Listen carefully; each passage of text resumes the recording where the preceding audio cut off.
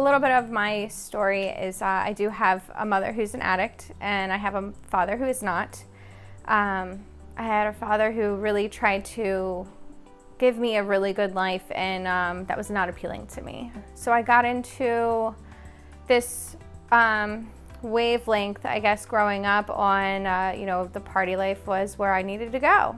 And I really felt at home when I was around other people and partying and having fun. And I didn't really get into heavy drugs till after I had moved out of my house. And again, it was still towards the partying. Like, if you had it, I was doing it. And I just wanted to be a part of, and that was how I fitted in. Opiates became really big, and then I got into heroin and fentanyl, and that just took me down a hole I couldn't get out. So I was in like a deep hole for a good 2 or 3 years, and I didn't know I was gonna get sober. My sobriety date's May 23rd, 2019, and that day was kind of when I got into the rooms. I really believe in timing. I have a really strong higher power right now, and God placed me in that rehab at the right time, because I was around a lot of women that just wanted me to do good.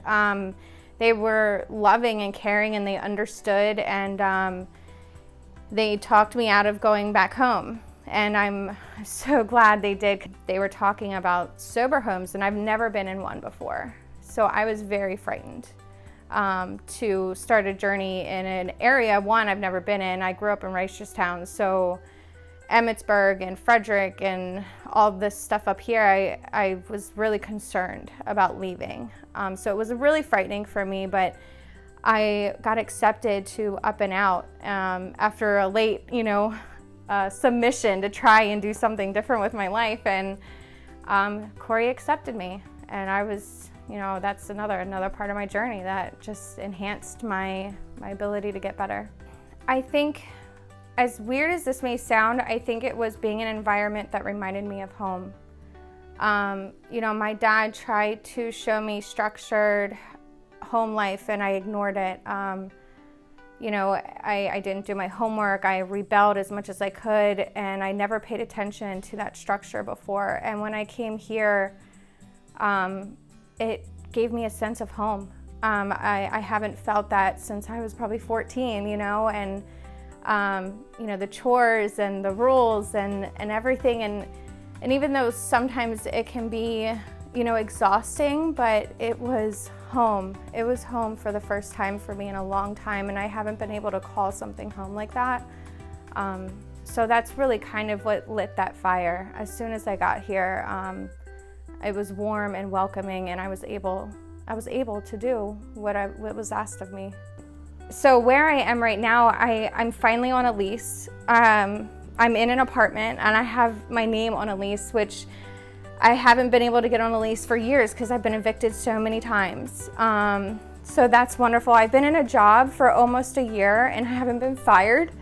I'm held accountable. I show up to things, and that's never been the case for me. People could possibly invite me, but those invites stopped because I would stop going.